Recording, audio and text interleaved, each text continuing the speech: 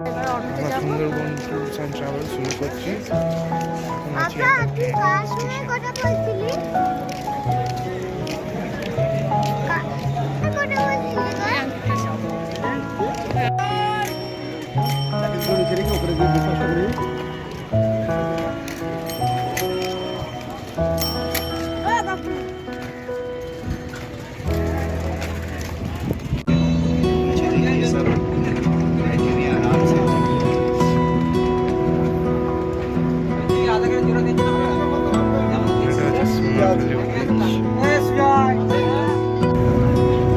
এই যে আমাদের নৌকার মাথাগুলো হচ্ছে এদের কাছে ভগবান।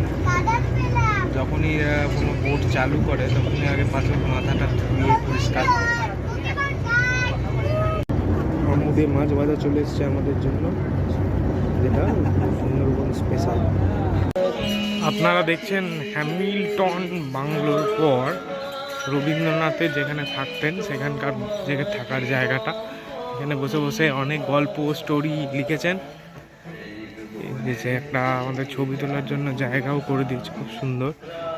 এই যে রবীন্দ্রনাথের স্ট্যাচু, পার্ক মতো করা আছে। ওইদিকে একটা বুদ্ধ মূর্তি আছে, খুব সুন্দর দেখার মতোই জায়গা, সাজিয়েছে আরো সুন্দরভাবে।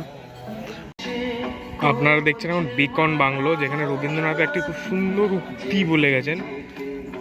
যে উক্তিটি আপনারা পড়ে জুম করেও দেখে নিতে পারেন বা আটকে স্ক্রল করে দেখে নিতে পারেন।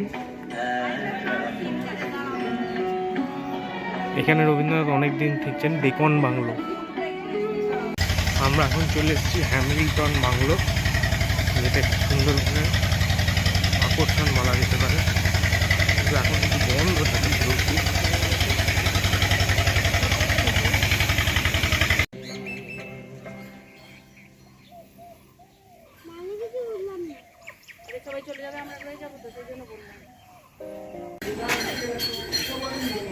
সুন্দর যেটি, এটা হচ্ছে গোসাবা যেটি, আগেকার যেটি এটা গোসাবা।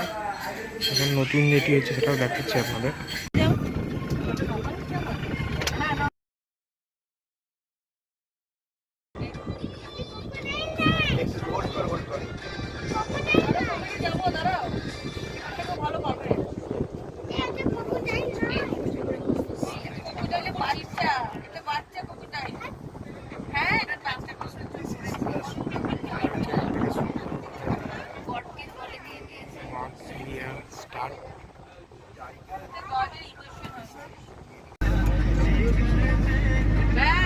একটা গাছের ডাল অনবরত পড়ে যাচ্ছে। কত দাম নিয়েছিল না ইয়ার অনেক কিছু মনে না, দড়ি পড়ে লাগানো আছে শিবা সামনে।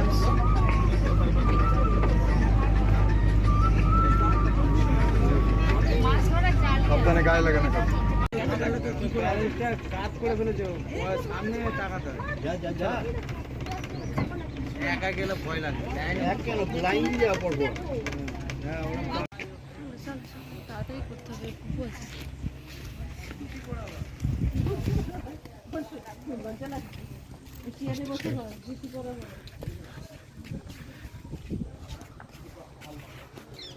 বাকির সাথে ফটো তুলবে, বাকির সাথে বসে ফটো তুলবে।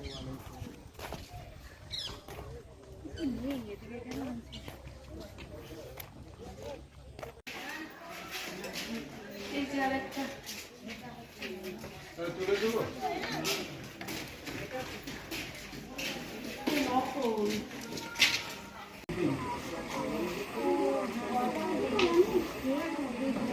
কুমির আছে পন্ডের মধ্যে।